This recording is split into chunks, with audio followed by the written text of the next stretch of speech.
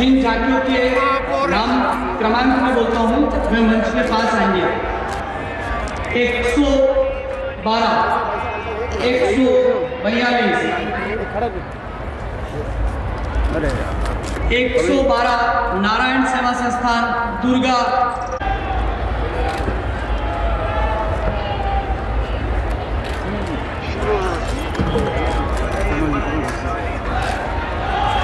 जिन झांकियों के नाम क्रमांक में बोलता हूँ वे मंच के पास आएंगे। 112, 142, 112 नारायण सेवा संस्थान दुर्गा।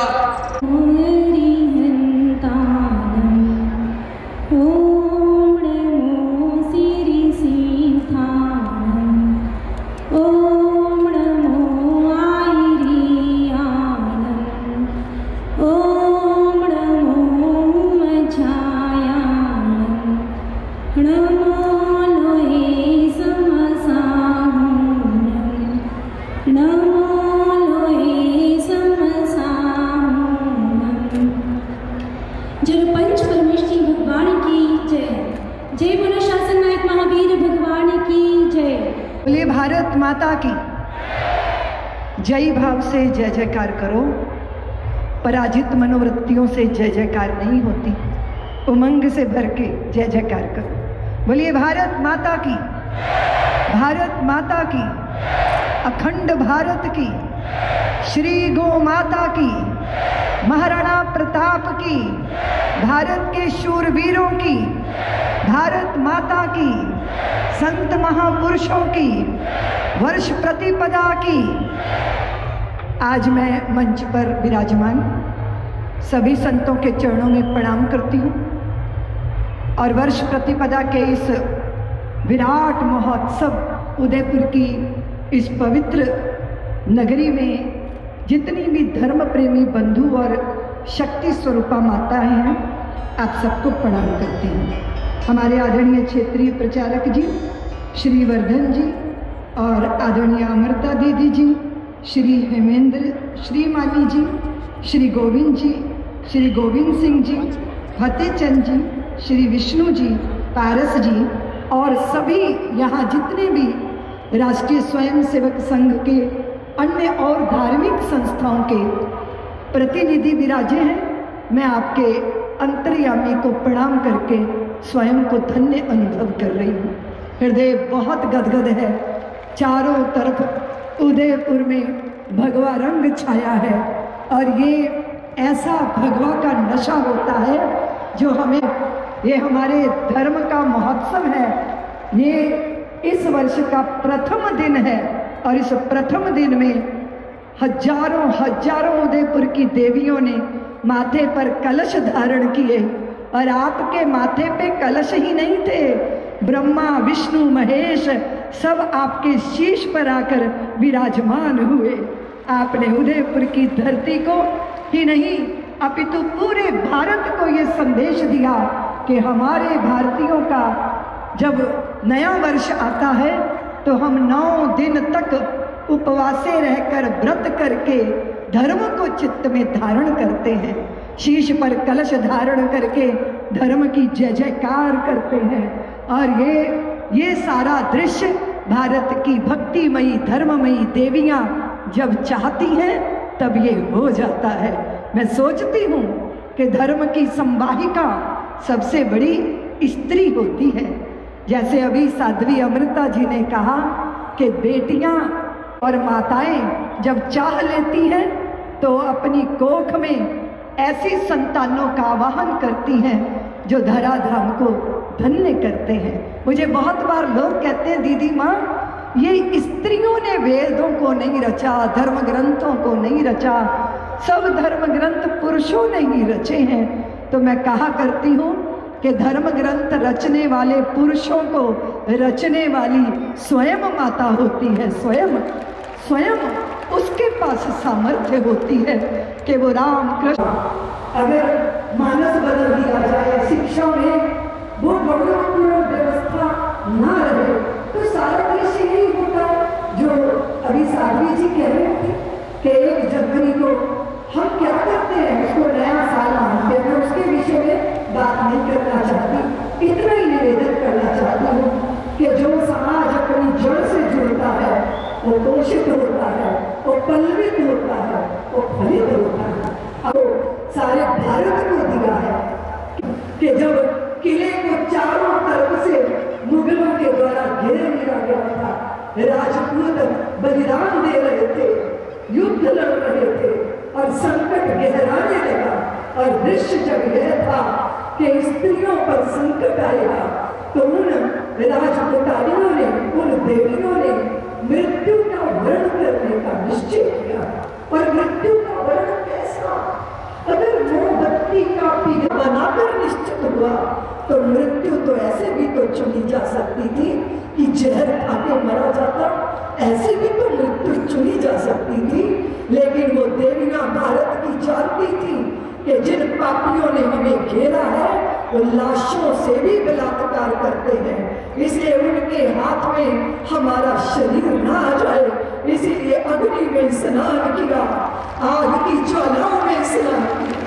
और फिर वो आग की ज्वालाओं में मांस की गंध और घी की गंध जब ऊंची ऊंची ज्वालाओं में किले के बाहर दूर दराज गांव वालों ने देखी, तो वो दुर्गंध मेवाड़ की देवियों के स्वाभिमान की खुशबू थी जो दूर दूर तक फैल गई। और सारे क्षेत्र ने निश्चय किया कि हम जिंदगी जीवन सब दे देंगे पर अपने धर्म का बलिदान नहीं दे सकेंगे, धर्म के प्रति निष्ठा। इसीलिए अभी साध्वी जी कह रही थी कि सत्य के बल पर ही जिया जा सकता है, पर हमें होगा जो निर्बल है तो फिर सत्य नहीं, फिर कुछ और ही जीतता है। और वो बल कहाँ से आता है? बल हमारे तप से आता है, बल हमारी निष्ठा से आता है, बल हमारी दृढ़ता से आता है। जो समाज द्वंद्वों का वंदन करना भी सीखो।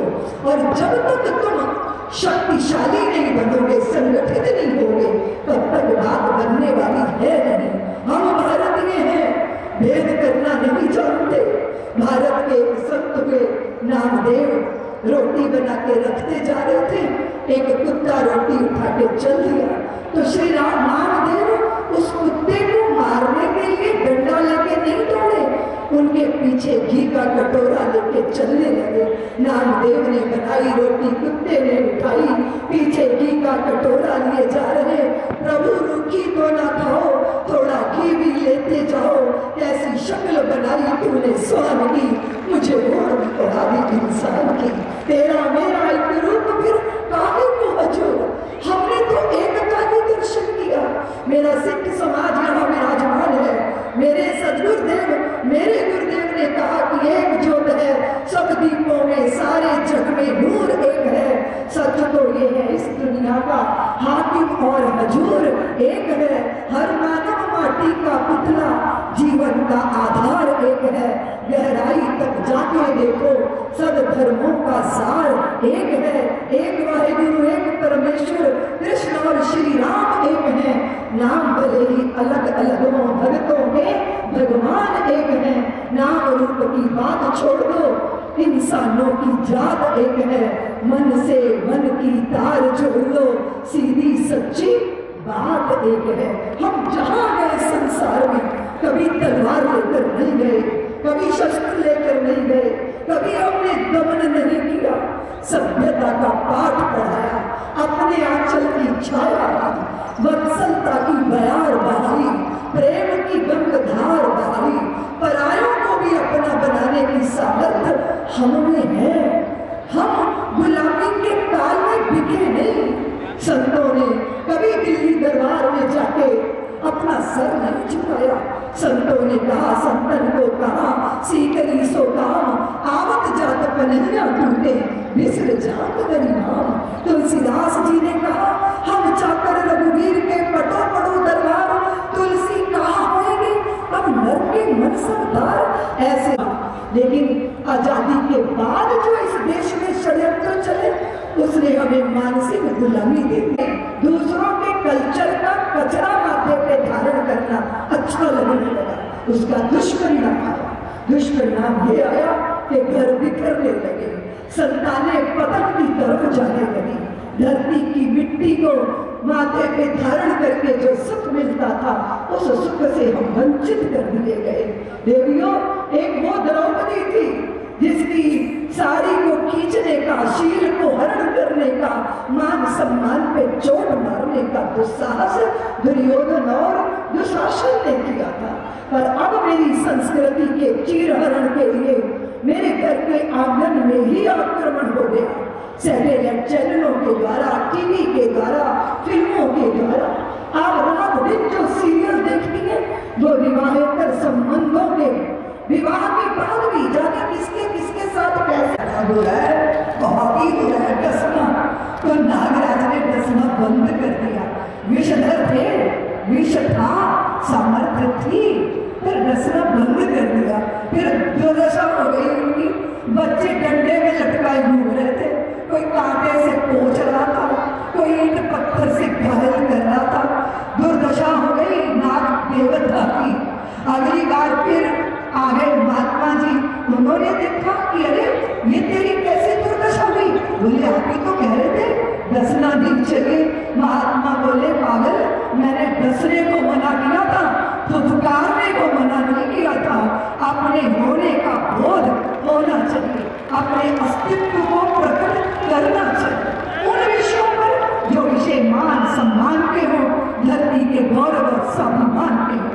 इस देश के अंदर संपूर्ण वातावरण का निर्माण हम सब ने मिलकर करना है। वो निर्माण कैसे होगा? साध्वी जी ने कहा सत्य और अहिंसा के बल पर इस ने युद्ध में शरीर छोड़ चुकी थी। सिखों ने लड़ लड़कर बलिदान दे दिए थे, सर्वस्व लुट गया। और कोई पूछता है गुरुदेव आपके 4 पुत्र चारों बलिदान हो गए? तो गुरुदेव के चेहरे पे मुस्कान आई, फिर आंखों से अश्रु बहे। उन्होंने कहा कि इन पुत्रों के कारण मार दिए सुत चार हुए तो क्या हुआ, जीवित कई हजार। उस बलिदान के कारण आज हम इस रूप में, आज अगर हम हैं तो उन महापुरुषों का बलिदान, उन सदियों के स्वाभिमान की वेदी पर स्वयं को आरूढ़ करना। मैं आज उदयपुर के इस महामहोत्सव में आप सबसे कुछ निवेदन करने आई। मेरी कुछ पीड़ाएं हैं और मैं दर्द बोती हूँ। हो गई है पीर, पर्वत सी पिघलनी चाहिए, इस हिमालय से कोई गंगा निकलनी चाहिए। सिर्फ हंगामा खड़ा करना मेरा मकसद नहीं, मेरी कोशिश है कि ये सूरत बदलनी चाहिए। मेरे सीने में नहीं तो तेरे सीने में सही, और कहीं तो आग, लेकिन आग जलनी चाहिए। और वो आग है राष्ट्रभक्ति की। उस ज्वाला में जलकर भस्म होता है हमारे प्रमाद का कचरा। इसलिए मातृ शक्ति को और आदरणीय बंधुओं को मैं इतना ही निवेदन करना चाहती हूँ, इस देश की धरती के पर्यावरण का रक्षण हमको करना है। तुम कलश लेके चली हो ना माताओं, तालाब जो है, जलाशय, नदियां। आज मैं ऊपर से हेलीकॉप्टर से जब आई तो पूरे रास्ते में आंखें तरसती थी कि कहीं कुछ जलाशय मिले, तालाब मिले, नदी जल से भरी हुई मिले। आज से 50 साल बाद क्या दशा होगी इसकी गारंटी कौन लेगा? हमें फिक्र करनी है ना, हमें चिंता करनी है पशुओं की, पक्षियों की, जड़ जंगल की, सबका ख्याल रखना है। चींटी को चोगा चुराने से लेकर हमारी भूमिका है। हम अधिकारों के लिए नहीं, कर्तव्यों के लिए है। इसलिए इस स्वच्छता को, पर्यावरण को, पशु पक्षियों को, और सबसे बड़ी बात है जो साध्वी जी ने कही कि भाई गौ माता प्लास्टिक खा के ये सारी देवियां, उसमें निवेदन है मेरा कि सब्जी और फल का कचरा ही नहीं होता, उसमें टूटे हुए कांच की बोतलों का कांच भी होता है। द कलर्स 18 उदयपुर न्यूज़ को सब्सक्राइब करें और हमेशा अपडेट रहिए।